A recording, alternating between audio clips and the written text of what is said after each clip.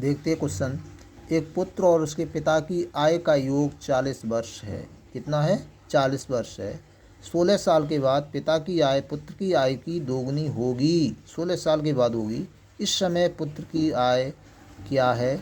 इसको हम 122 मान के भी कर सकते हैं और दूसरे तरीके से भी कर सकते हैं। तो इसको हम सॉल्व जो करते हैं वो 122 मान के कर लेते हैं। पिता संक्षेप में लिखेंगे, x वर्ष मान लिया, पुत्र कितना y मान लिया। इनकी उम्र का योग कितना बता रहा है? 40 वर्ष है। x प्लस y, तो ये हो गया 40। ये समीकरण नंबर 1 बन गया।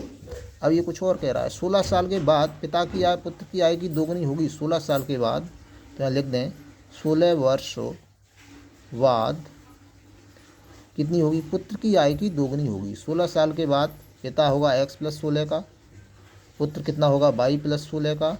अब क्या कह रहा है? पिता की आय जो होगी ये पुत्र की आय की दोगुनी, तो पुत्र की आय में 2 का गुणा करें तब ये पिता के बराबर होगी।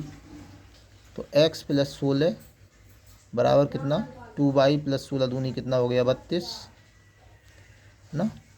16 को उधर भेज दें, y को इधर ले आएँ। x माइनस 2y बराबर कितना? 32 माइनस 16 बराबर कितना हुआ? 16 ही हुआ। ये समीकरण नंबर 2 कह देते हैं। अच्छा, पूछ रहा है इस समय पुत्र की आय कितनी है? पुत्र की आयु कितना है? 22 वर्ष। पुत्र की जो आयु है 22 वर्ष। समीकरण 1 और 2 से, समीकरण 1 व 2 से एक को लिख लीजिए।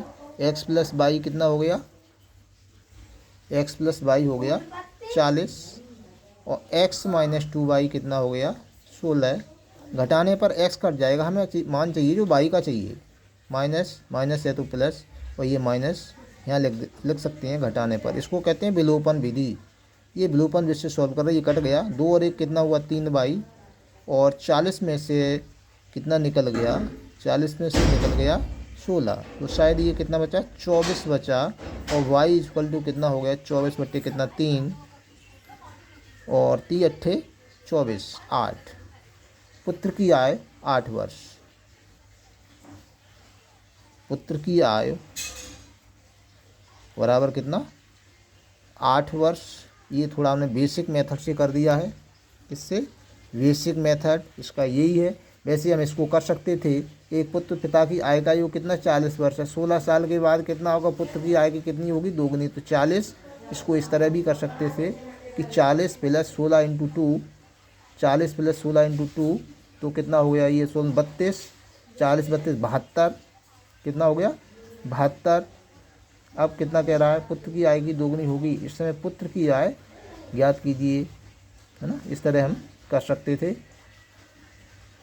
लेकिन इस तरह ही करिए, यही इसका आंसर है।